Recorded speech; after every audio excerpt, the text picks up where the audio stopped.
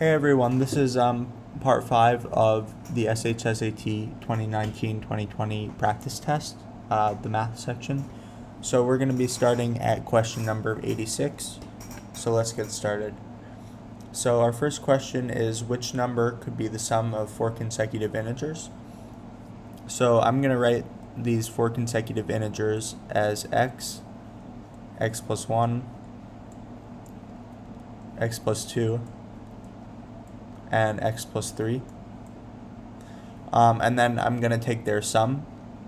So since we have an x here, an x here, an x here, and an x here, so I'm going to add the x's up to get 4x.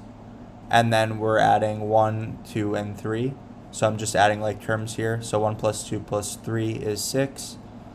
And now let's try and test our answer choices. So let's start with negative 12. Right, so we're saying basically that, or we're guessing that x plus 1, x plus 2, and x plus 3 sum up to negative 12. And then the way we can check this is by solving for x and seeing if x is equal to an integer. And if it's not equal to an integer, then we can discard that answer choice. So let's solve for x. So we would get 4x is equal to negative 18. And we can see already, so let's solve for x. So we would get x is equal to negative 18 over 4, right? And negative 18 over 4 is not a integer because 4 does not divide negative 18. So we can discard e. And I'm going to erase some of this so that we can test our other answer choices. So, right, our expression was 4x plus 6, so we can try negative 10. So if we subtract 6 on both sides, we would get 4x is equal to negative 16, and then we would get x is equal to negative 16 over 4, and this is just equal to negative 4.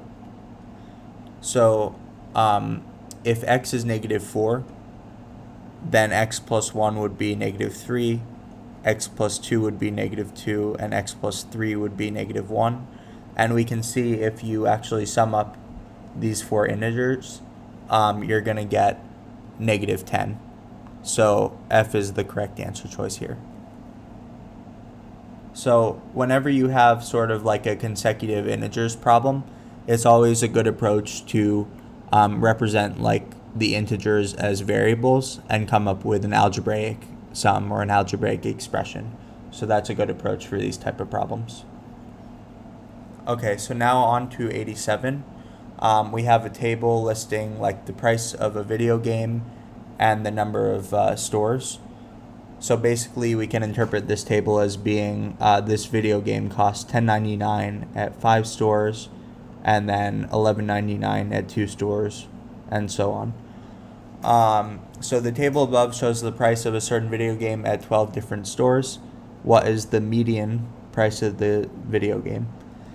So if we have 12 different stores, we know that the median is going to take place at either the, I think it's, let's see, so if we have 2 stores, then 1 and 2, the median would be, I think, both of these. If you have 4 stores, 1, 2, 3, 4, then the median is 2 and 3, right? So as a general pattern, if we have like 12 stores, we can, so if it's an even number, we're going to divide by 2, that's 6, so the median would be between 6 and 7, right?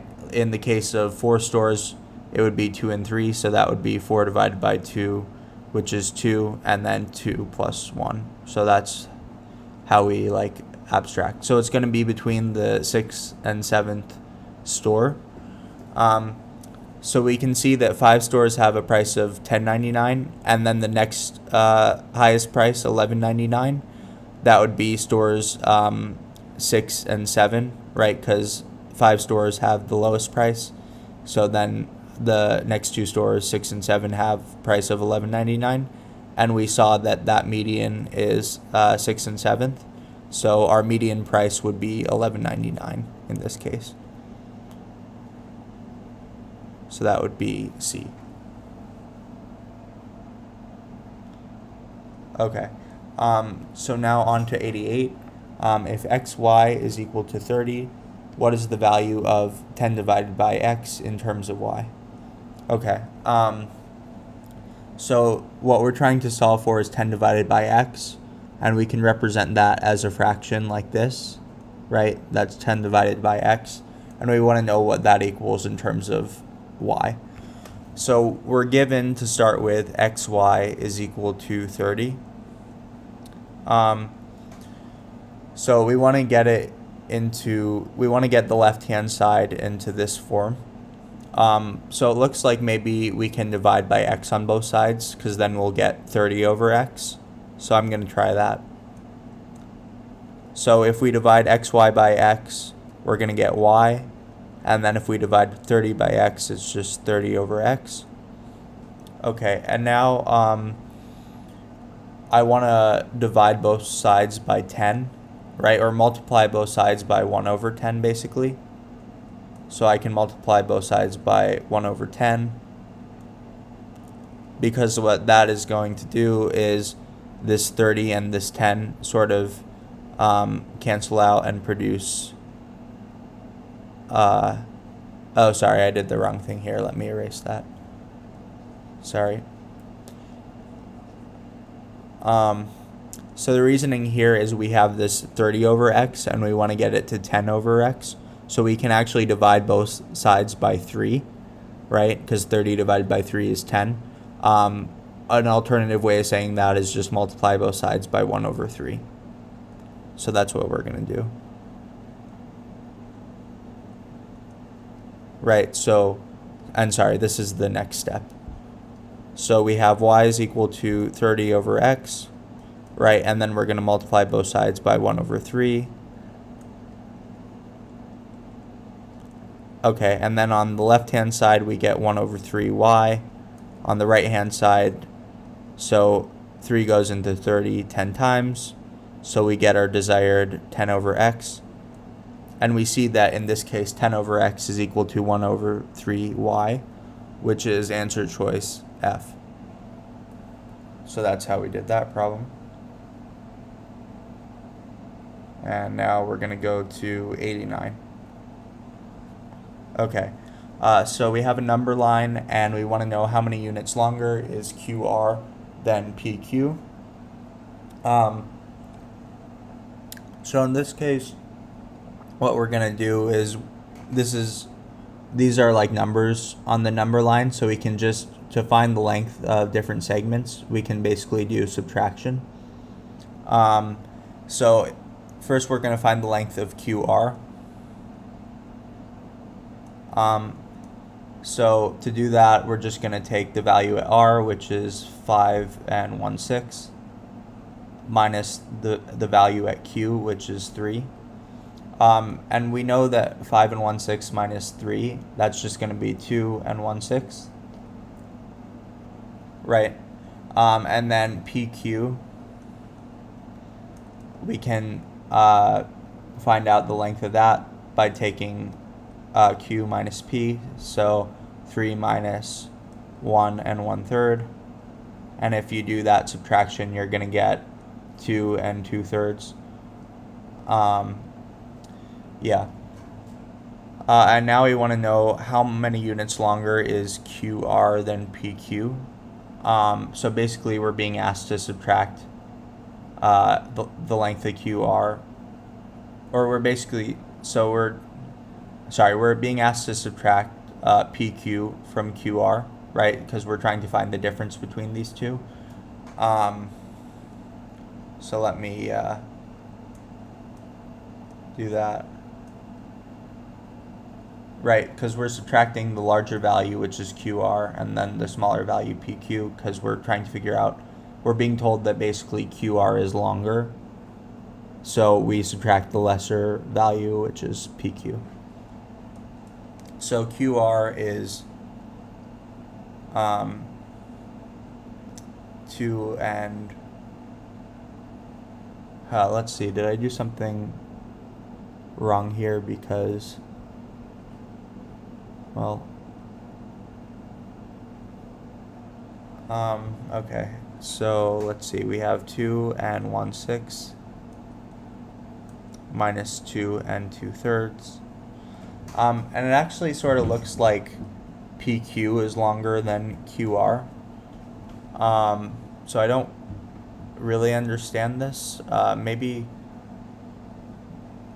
let's see.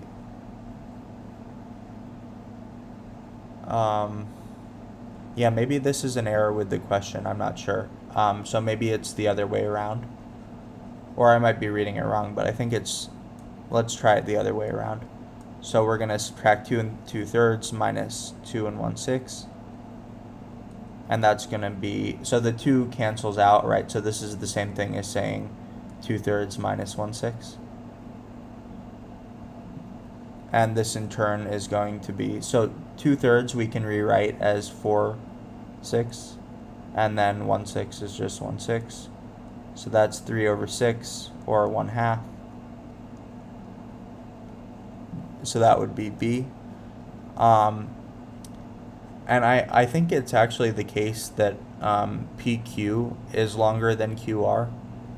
So it's kind of weird that they're saying like how many units longer is QR than PQ, because it's the other way around. But I think at its core, this is what the question is getting at. So we can move on. So if we look at 90, we see the distance from W to X is 70% of the distance from W to Y. So if we look at the distance of W to Y, let's call that distance. So we're going to call WY, that being distance D. And basically we're told that distance from W to X is equal to 70% of the distance from W to Y. Right, so 70% of the distance from W to Y, right? So that means we multiply those two. Okay. And then, let's see. If the distance from X to Y is 15 miles, so this distance is 15 miles. And then we can say XY is 15. And we want to know what the distance in miles is from W to X. So basically we know that WX is this 0.7D, right? So this is 0.7 of WY, which is D. So we know 0.7D plus 15 must be equal to the whole length of D. So let me clear some space here. So basically this whole length is D, and we know it's comprised of WX and XY. So we know the length of each of these subpieces, so we can just add them up. So 0.7D plus 15 is equal to D. And now we can just solve for, well, we're being asked for the length of W to X, which is 0.7D. But we need to first solve for D, and then we can plug that in.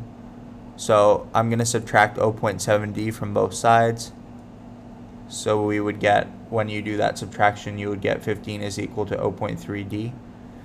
And then we would divide both sides by 0.3.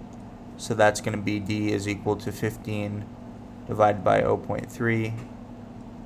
And this in turn, so I'm just doing some like rearrangement. So that would be 15 divided by 3/10, which is just 10 over 3. And then these would cancel out. So I would get that D is equal to 50. And then therefore 0.7D is going to be 7/10 times 50. So that would just be 35, which is F. So that would be the length of WX. Okay, so now 91. There are 3 different highways from city W to city X, 4 different highways from city X to city Y, and 3 different highways from city Y to Z. How many different routes are there for a trip from city W to city X to city Y to city Z? Okay, so let's draw this out. So W is going to be our first city, and then X, and then Y, and then Z. So we're first told that there are 3 different highways from city W to city X.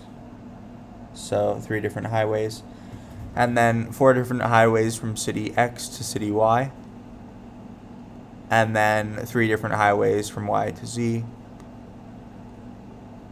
Okay. So we basically want to know if we're going from W to Z and we're taking each of these like subroutes, we want to know how many like combinations of subroutes we can take, right? So the rule for this is we just multiply the values, right? Because we can pick 1 of 3 routes from W to X, 1 of 4 routes from X to Y, and 1 of 3 routes from Y to Z. And so together we can pick 3 times 4 times 3, right? Whenever we can pick like 1 out of, like if these are like independent choices that we're making, so we multiply them together. That's like a concept in probability. Or combinatorics, sorry. When we do this multiplication, we're going to get 12 times 3, which is 36. So that would be D. Right, so we're making independent choices here, and so we multiply them together. Okay, 92. Actually, so I'll do 92 starting in the next video, and we'll call it a wrap for this video. All right, bye.